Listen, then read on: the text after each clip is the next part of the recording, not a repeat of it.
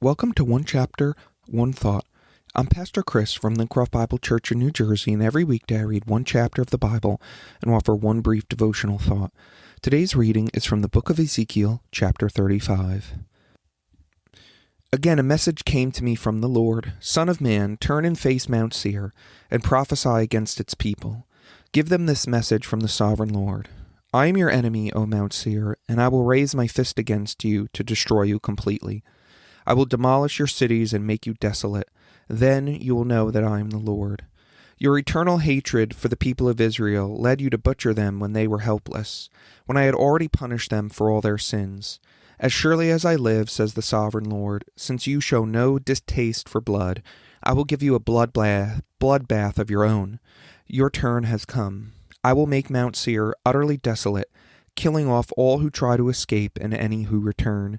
I will fill your mountains with the dead. Your hills, your valleys, and your ravines will be filled with people slaughtered by the sword. I will make you desolate forever. Your cities will never be rebuilt. Then you will know that I am the Lord. For you said, the lands of Israel and Judah will be ours. We will take possession of them. What do we care that the Lord is there? Therefore, surely as I live, says the sovereign Lord, I will pay back your angry deeds with my own. I will punish you for all your acts of anger, envy, and hatred, and I will make myself known to Israel by what I do to you. Then you will know that I, the Lord, have heard every contemptuous word you have spoken against the mountains of Israel. For you said, they are desolate. They have been given to us as food to eat. In saying that, you proudly boast against me, and I have heard it all. This is what the sovereign Lord says. The whole world will rejoice when I make you desolate.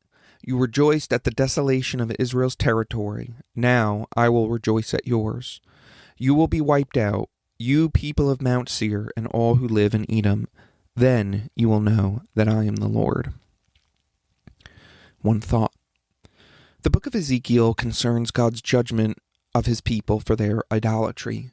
But the Lord doesn't just leave his people to languish under his judgment. He promises hope and restoration for them. But the two concepts of judgment and salvation frequently appear together in Ezekiel and, in fact, in the whole Bible. You really can't have one without the other. God's judgment provokes the need for a salvation. And his salvation often comes in the context of saving his people from something or someone, which then necessitates his judgment. Ezekiel 35 is a perfect example of this because it is paired with the next chapter to show that judgment will come upon God's enemies, but there will be salvation for his people. Ezekiel is called by God to pronounce judgment on Mount Seir. Mount Seir stands in as a symbol for the whole people of Edom. The Edomites were descendants of Esau, and they ended up settling slightly southeast of the people of Israel. And just as Jacob and Esau had quite a contentious relationship for some time, the Edomites and the Israelites did not always get along. In fact, the Edomites hated the people of Israel according to the chapter and were waiting for Israel to be overthrown. But God promises instead to tear down the Edomites and rescue his people. The chapter reminds us that God always vindicates his people.